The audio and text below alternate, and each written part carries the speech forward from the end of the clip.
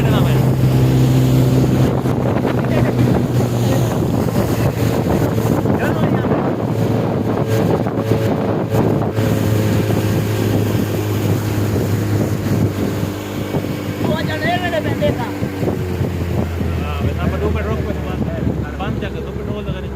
कहीं खड़ा दे दुकान